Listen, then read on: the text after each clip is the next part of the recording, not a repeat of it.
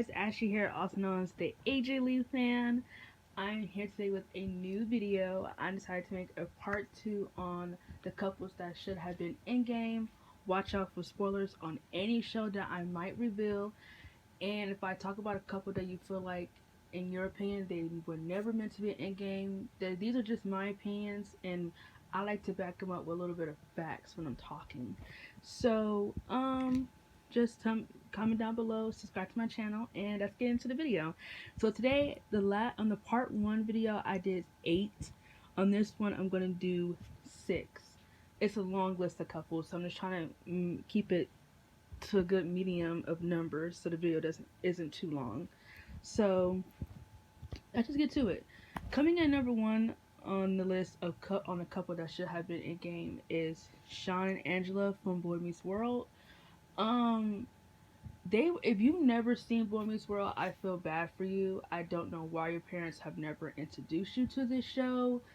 Let me just give you a big rundown.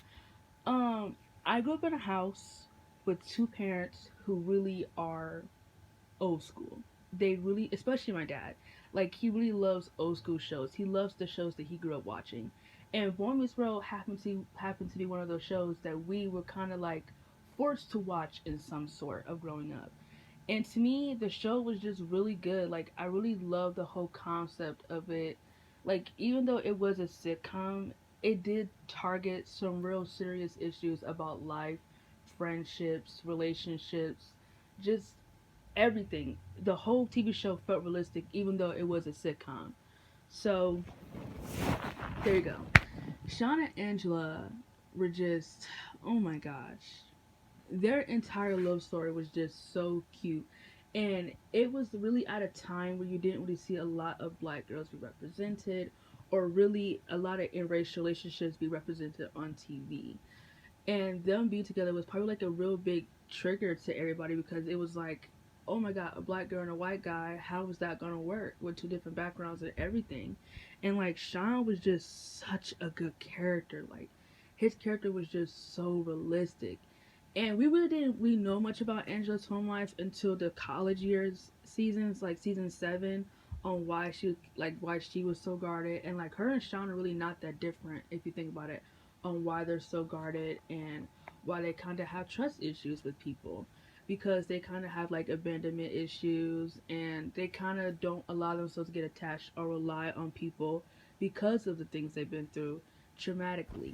So like their relationship just made so much sense when they be together. And I mean, I'm telling you, in season 7, when she told Sean that she loved him for the first time, I cried so hard watching that scene. I'll never forget it. And when she left in season 7, my heart was crushed because they should have had just been in game. Like I kind of just said, like this is a moment on TV where you didn't really see a lot of interracial couples be represented, and them together, it just made a lot of sense because Sean didn't really have a real love interest until Angela came in like season 5.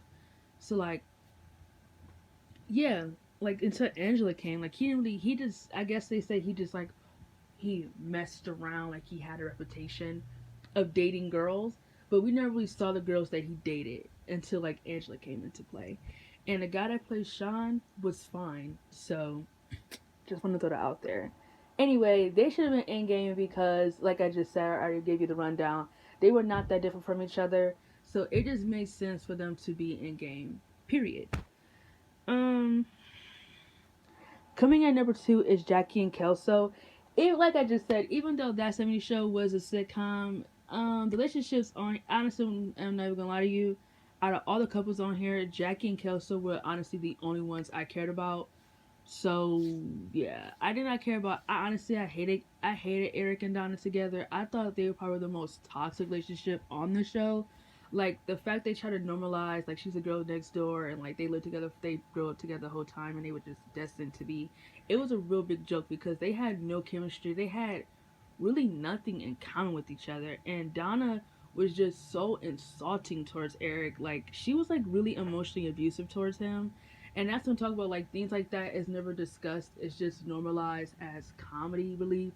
Like, oh yeah, he's a nerd. Oh yeah, you're a nerd.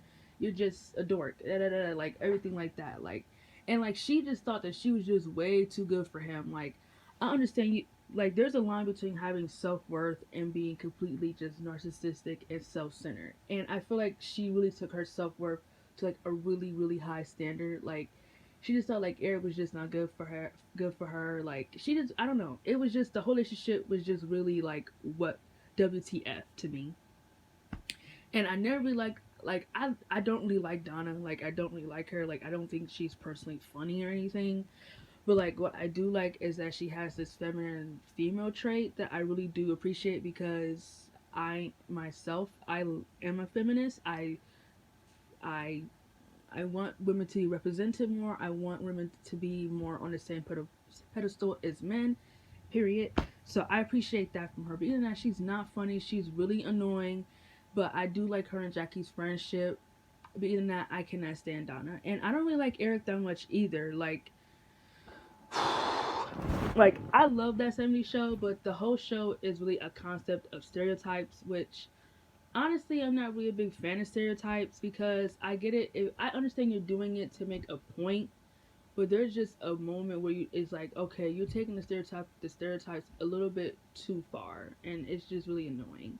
Like Eric was just such a nerd stereotype that it was just really hard to root for him. Like nothing really about him was really all that likable. Like he had his funny lines and everything, but like for him to be the main character was really like a joke to me. Like if you're gonna make someone a main character, I'll probably Hyde. I think Hyde would have been a better main character, because Hyde was actually funny. Like he was funny and like he was cool. I don't know. Like I feel like he just would have been a way better main character, if you ask me, than over Eric. But this isn't about Eric or Donna. This is about Jackie and Kelso. So let's get back to Jackie and Kelso. I don't know. I know there's like these shit words between Jackie and Kelso and Jackie and Hyde, and people like to little say, "Oh, but Jackie and Hyde should have been in gang." Honestly, Jackie and Hyde, what I will give that relationship over her and Kelso is that the whole opposites attract thing. Like I really do dig the whole opposites attract. That is something that I do wholeheartedly believe in sometimes, because I recently was talking to someone and we're completely opposites, and it didn't really work out the way I thought it would, but it is what it is. But yeah, like Jackie and Hyde, what I did appreciate is that they were opposites, but like to me, they had chemistry. Like they had their moments, but I feel like compatibility wise and things they had in common, they really had nothing in common. Like I understand, like, in a relationship you're not gonna have everything in common with your partner, but like there are things that you want to try to do to get to understand your partner a little bit more, like the things that they're interested in. And like neither one of like I don't really remember neither one of them trying to get to like anything the other person was into. And like Jackie was more into stuff. Like I don't really like High isn't really into nothing besides weed. He just like getting fucked up. I hate to say the F word, but honestly that's all he liked doing. Like he really had no common interest at all. So like it was just really hard to say they were compatible. But like her and Kelso, they had a lot more things in common, and their relationship just felt more realistic to me. Like even though it was, like I just said, like even though it was a sitcom show, it just felt more realistic of them having this on and off relationship, of it being complicated, and her working on her self-worth. And because she's been cheated on Kelso and Hyde, like I don't know, Jackie is just such a good character, and like it sucks that her and Kelso didn't end up together, but I know that her and Ashton Kutcher got married in real life, which is period, because they are iconic together. But like, I hate the fact that they just put her with Fez, and like that was just like WTF. Like what? Out of all people, you in her with Fez? Oh, child. Like her and Kelso should have been in game, because like they just made sense together. Like even though that sometimes they could be self-centered towards each other, and she would downgrade his um his his smartness. Like they just made sense together. Like their moments together, just everything, like they just made sense, and their chemistry was just so magnetic and so undeniable that they were just compatible together, if you ask me.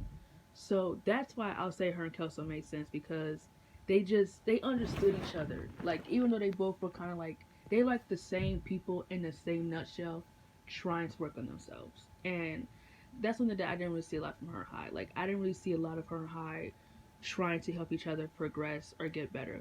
But with her and Kelso, you see a lot of that. And I dare anybody tell me that I'm wrong. Moving on though. Period. Jackie and Kelso. Coming in number 3 is Drew and Bianca from Degrassi. I watched Degrassi with my sister over quarantine, and I gotta tell you, if you have not seen Degrassi, it is a phenomenal show. Watch it. And Drew and Bianca, their love story, oh my god. Honestly, one of the best teen love stories ever on TV. And it sucks that when we talk about love stories, that Degrassi love stories are not really talked about as much when it comes to teen dramas, which I think they should talk about them a lot more.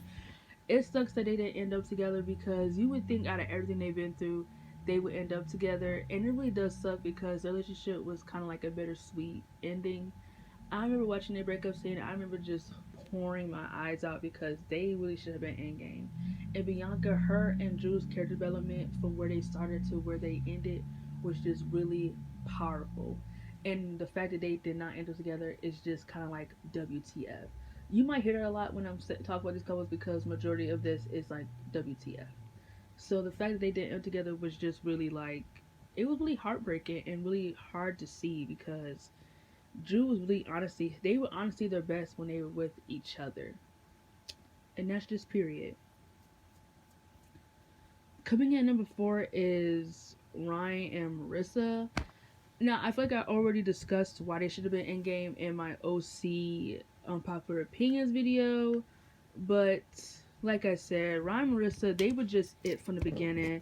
Like, I understand, like, don't get me wrong, I understand the relationship came with a lot of unnecessary ass shit. I will agree with anybody on that who has watched the OC. Like, their relationship did come with a lot of unnecessary stuff that I just was like, really, do we need that? But, like, let's get this in. That's just, I want you to think about this for a minute. I don't mean to play a psychiatrist or a therapist, but I am good at it. Ryan and Marissa understood each other emotionally in a way that no one else really understood them.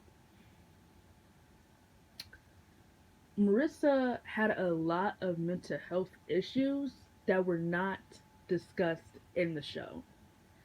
And I feel like Ryan was always the one person that never neglected her feelings about how she felt. And Ryan was always her Superman to her Lois Lane. So I feel like they would just, like, if they would have had ended up together, I would have loved to see how the relationship would have had progressed if they both would have had got mature, like grown up maturely and left all that teen drama to the side. So that would have been really interesting to see. But like I just said, they were compatible. Yes, they had unnecessary drama.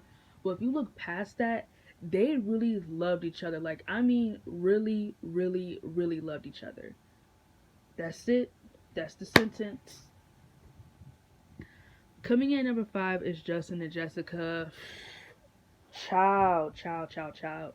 I watched 13 Reasons Why with my sister, and I had to say, Justin and Jessica, their love story was so powerful, and it ended on a bittersweet note, and it sucks that it did because their relationship, honestly, it should have been in game with Jessica growing to be such a powerful woman and not letting her rate define her who she is as a person was just really powerful, and it was just really amazing to see. And yeah, they should have been in game. And that's it. And then coming in number 6 is Ellie and Craig. Degrassi really fumbled it bad when I'm making them in game, and it sucks because they really understood each other on an emotional level, and it just makes sense for them to be in game. Period.